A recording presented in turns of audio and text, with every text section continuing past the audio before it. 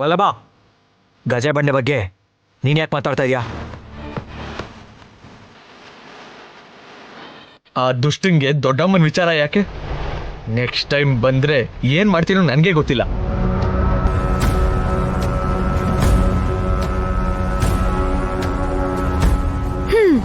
ಇವತ್ತು ಹುಣ್ಣಿಮೆ.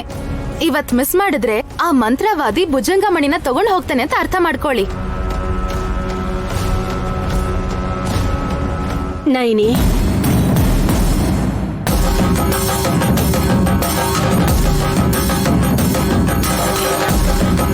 ನನಗೋಸ್ಕರನೇ ಕಾಯ್ತಾ ಇದ್ರಾ?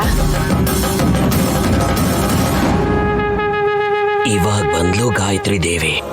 ಇಲ್ಲಿವರೆಗೂ ಅವಳು ಬಂದಿರೋ ಹಾಗೆ ನಾಯಿನಿ ನಾಟಕ ಆಡಿದ್ಲು. ಅಕ್ಕ ಸ್ವಲ್ಪ ಲೇಟಾಗಿ ಬಂದ್ರೂ ಮೊದ್ಲೇ ಬಂದ ಹಂಗೆ ತುಂಬಾ ಮ್ಯಾನೇಜ್ ಮಾಡಿದ್ಯಾ ನೈನಿ. ಅಮ್ಮವ್ರು ಯಾವಾಗ್ಲೂ ನಮ್ ಬೆನ್ನ ಹಿಂದೆನೆ ಇರ್ತಾರೆ. ಯಾವಾಗ ಬರ್ತಾರೋ ಅಂತ ಎದುರು ನೋಡೋ ಅವಶ್ಯಕತೆ ಇಲ್ಲ ಅತ್ತೆ.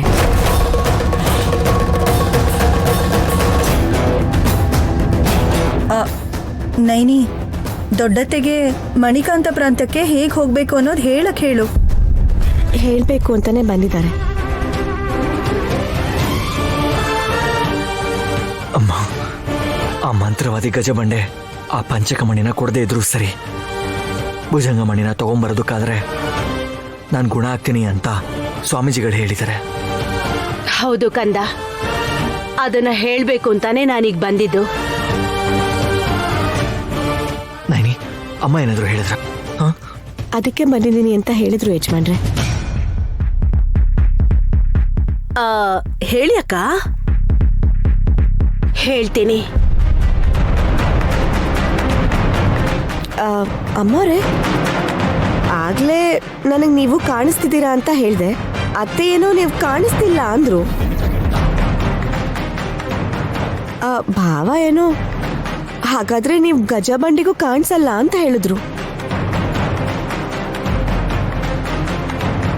ಅರ್ಥ ಆಯ್ತು ನೈನಿ. ನೀನ್ ತುಂಬಾ ಬುದ್ಧಿವಂತಿಕೆಯಿಂದ ನನಗೆ ಸೂಚನೆ ಕೊಡ್ತಿದ್ಯಾ. ಗಜಬಂಡೆ ಮುಚ್ಚಿಟ್ಕೊಂಡು ನಮ್ಮ ಮಾತು ಕೇಳಿಸ್ಕೊತಿದ್ದಾನೆ ಅಂತ. ದಾರಿ ಹೇಳಿ ಅಕ್ಕ. ಇಲ್ಲಿಂದ ಉತ್ತರದ ಕಡೆ ಹೊರಟ್ರೆ ಅಲ್ಲಿ ಒಂದು ಕಾಡು ಸಿಗತ್ತೆ.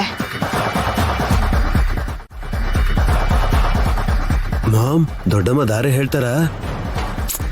ಹೇಳ್ತಾರೆ ಬಾವ, ಸ್ವಲ್ಪ ಸುಮ್ಮನೆ ಇರಿ. ಸಾರಿ, ಕ್ಯಾರಿ ಆನ್. ಕಾಡಿನ ಒಳಗೆ ಪ್ರವೇಶ ಮಾಡಿದ್ಮೇಲೆ 2 ಮೈಲಿ ದೂರ ಒಳಗಡೆ ಹೋದ್ರೆ ಅಲ್ಲಿ ಗುಡ್ಡಗಳು ಕಾಣಿಸತ್ತೆ.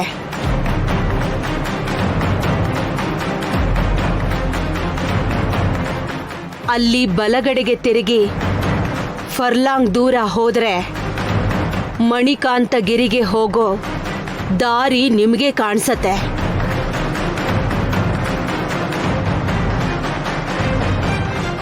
ಅದೇ ದಾರಿಯಲ್ಲಿ ಹೋದ್ರೆ ಮಾನಸಾದೇವಿಯ ದರ್ಶನ ಪಡ್ಕೋಬಹುದು. ಸರಿ ಅಮ್ಮೋರೆ. ದಾರಿ ಹೇಳ್ಬಿಟ್ಯಾ? ನಾ ಇನಿ ಹುಣ್ಣಿಮೆ ದಿನ ಅಲ್ಲಿಗೆ ಹೊರಡೋದಿಕ್ಕೂ ಮುಂಚೆ ನಾನು ಹೋಗಿ ಆ ಭುಜಂಗಮಣಿನ ನನ್ನ ಸ್ವಂತ ಮಾಡ್ಕೋತೀನಿ. ತುಂಬಾ ಖುಷಿ ಆಯ್ತಕ್ಕ, ದಾರಿ ಹೇಳ್ಬಿಟ್ರಿ. ಇನ್ನು ನಿನ್ ಸೊಸೆ ಹೋಗೋದೊಂದೇ ಬಾಕಿ.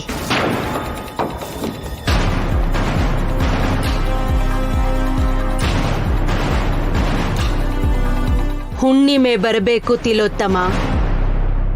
ಅರ್ಜೆಂಟ್ ಮಾಡಿ ಮುಂಚೆ ಹೋದ್ರೆ ಅಲ್ಲಿ ಕತ್ತಲು ಬಿಟ್ಟು ಏನೂ ಇರೋದಿಲ್ಲ. ಮುಂಚೆ ಹೋದ್ರೆ ಪ್ರಯೋಜನ ಇಲ್ಲ ಅಂತ ಗೊತ್ತಕ್ಕ.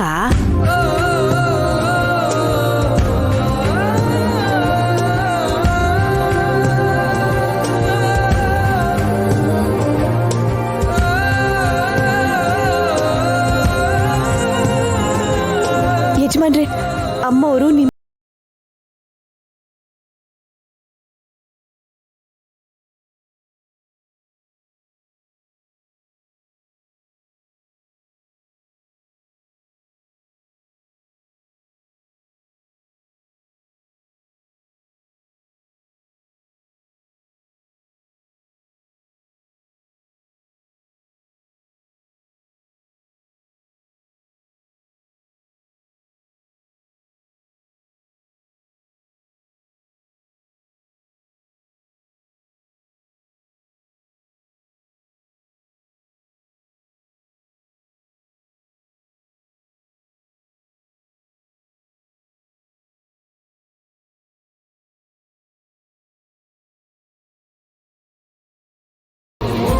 ಯಾಕೆ ಹೀಗೆ ಮಾಡ್ತಾ ಇದ್ದಾರೆ? ಏನ್ ನೈನಿ, ವಿಶಾಲ್ ಬೇಜಾರ್ ಮಾಡ್ಕೋಬಾರ್ದು ಅಂತ ಹೀಗ್ ಹೇಳ್ತಿದ್ಯಾ? ನನ್ ಮಾತನ್ನ ಯಾರು ಅರ್ಥ ಮಾಡ್ಕೊಳ್ದೆ ಹೋದ್ರು